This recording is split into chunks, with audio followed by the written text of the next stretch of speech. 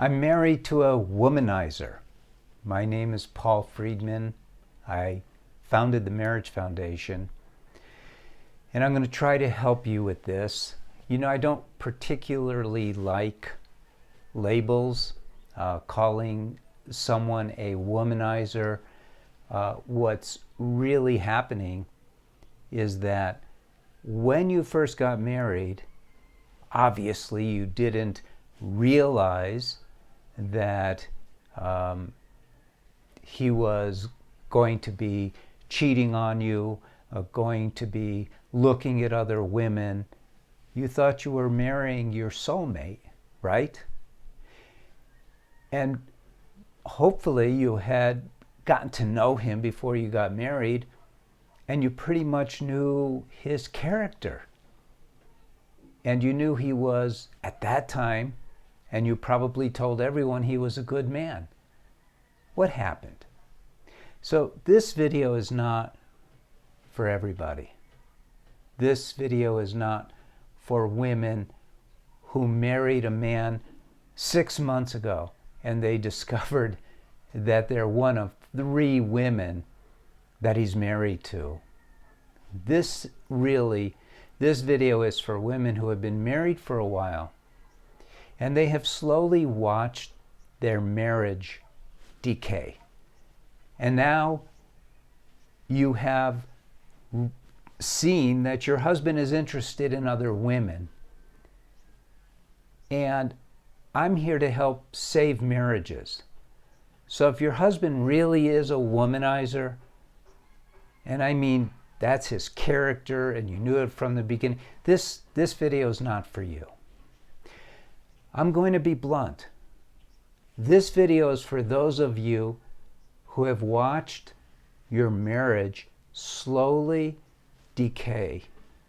And now, and I'm going to just say it out loud, you're looking to blame your husband rather than taking a look at what you have also done or what you have done to erode your marriage.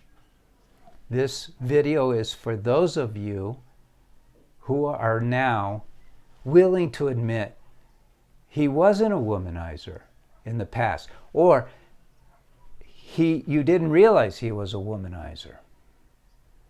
And what I'm saying to you, and this isn't for everyone, again, that I'm talking about men who are now the excuse because of their behavior for your marriage falling apart.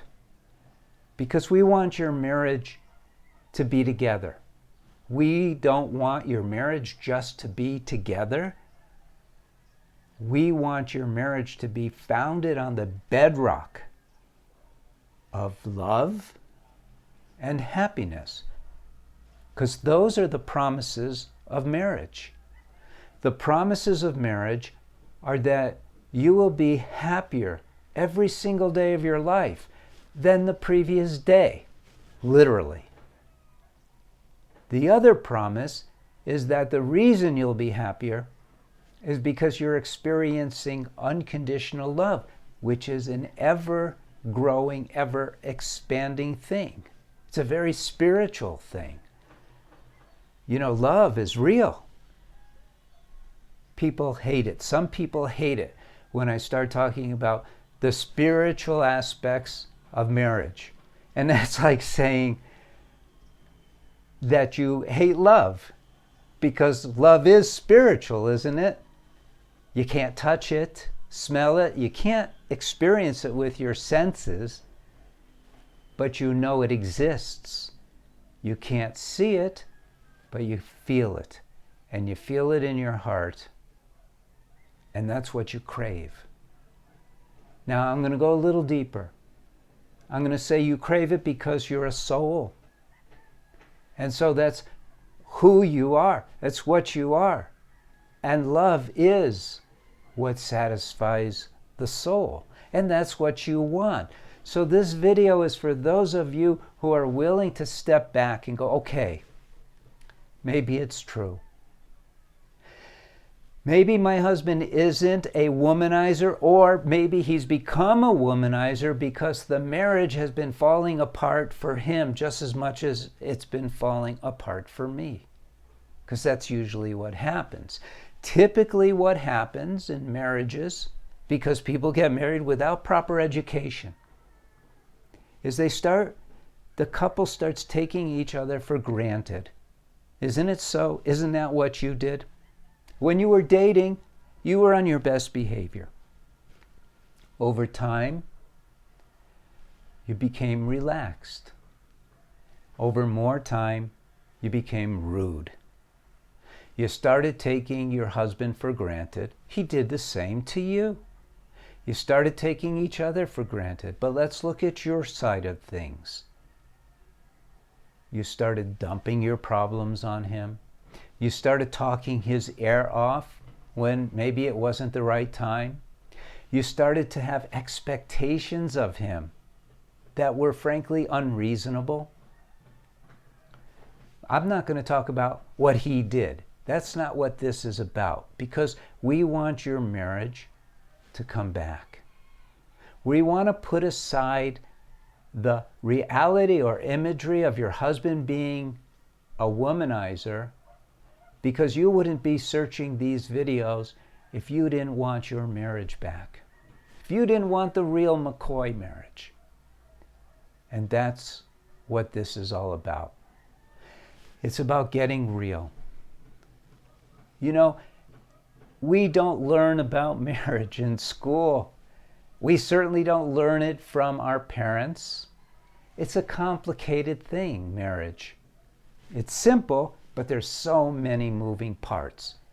What I did was I broke it down into principles and then expanded on those principles so that people would understand enough about marriage so that they could realize, so that you could realize, a marriage requires a specific kind of effort. A specific kind of effort. You can state it in general terms.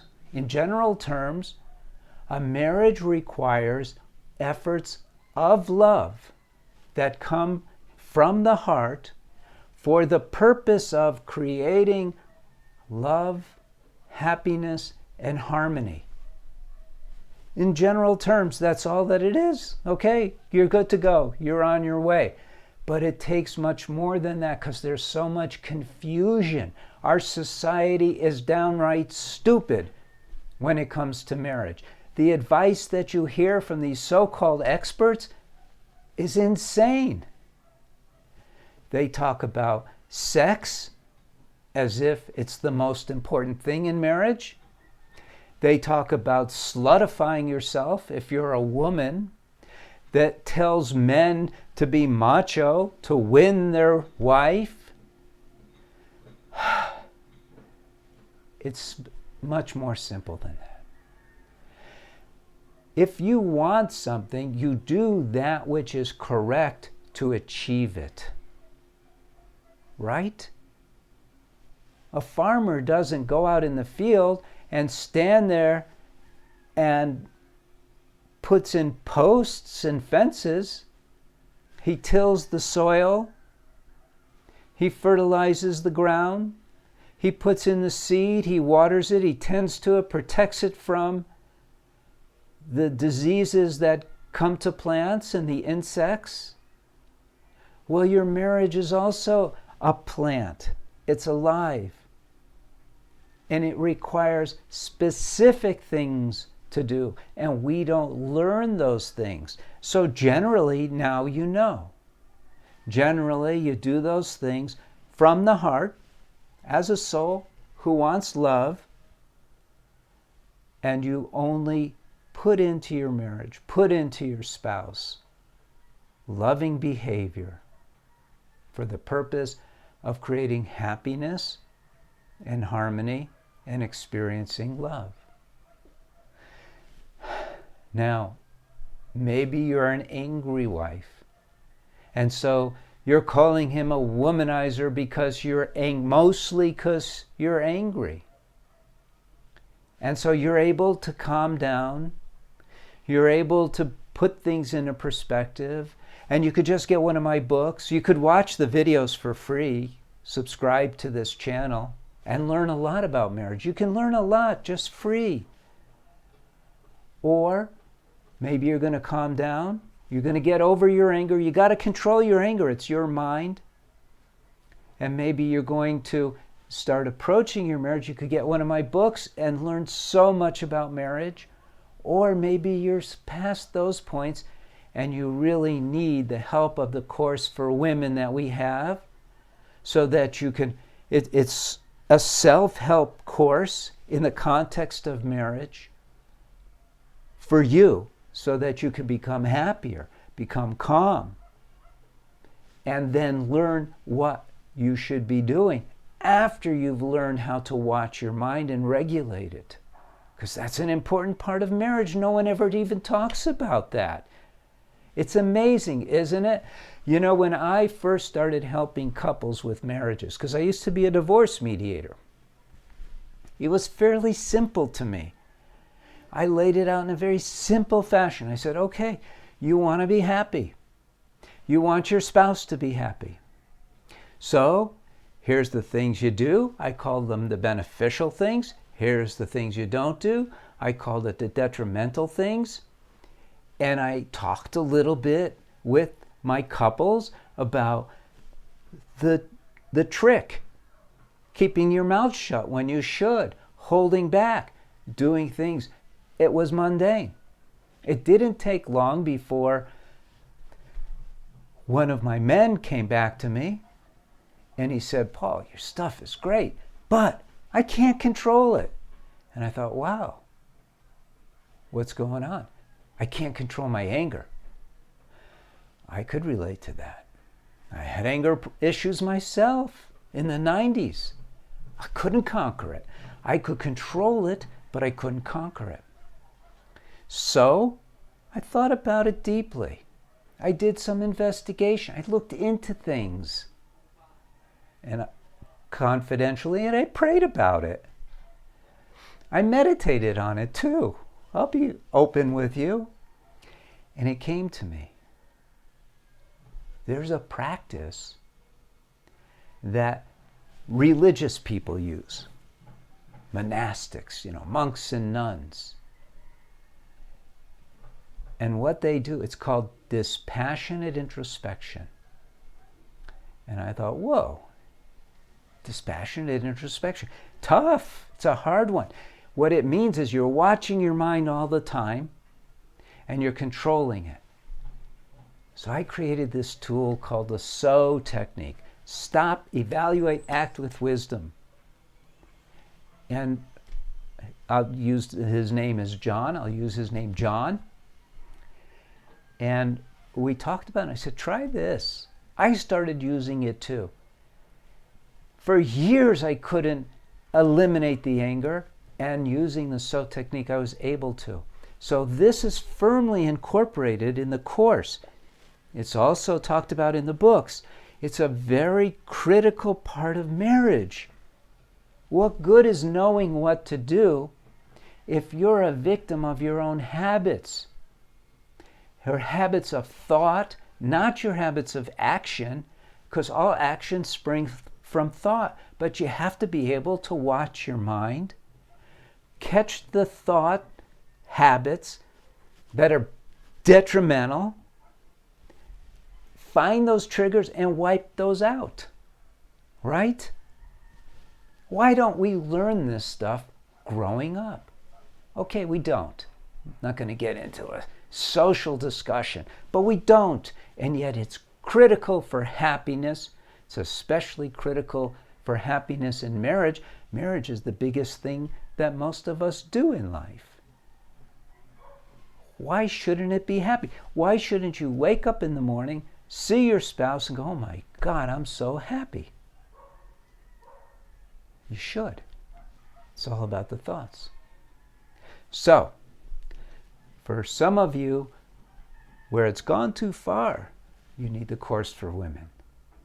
For some of you where you get this, what I'm talking about, and you say, yeah, you know what, I'm not that out of control, I'm just mad at him right now, I found out blah, blah, blah, I'll just get one of the books.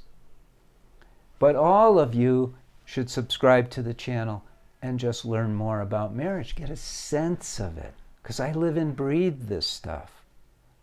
And just by listening, you'll start to live and breathe it too. It's your marriage. For God's sake, you should be living and breathing it. But for the positive benefits that will surely come when you know what you're doing. Now, I know some people will say in the comments section, they'll go, what are you saying? If he's a womanizer, she should leave. Well, if you want to leave your husband. Don't condemn those who want to make their marriages work. Okay, that's it. Remember, the more you learn about marriage, the more you learn about yourself, the more you learn about your husband, the happier you will be. All right. God bless and take care. Thank you for your time.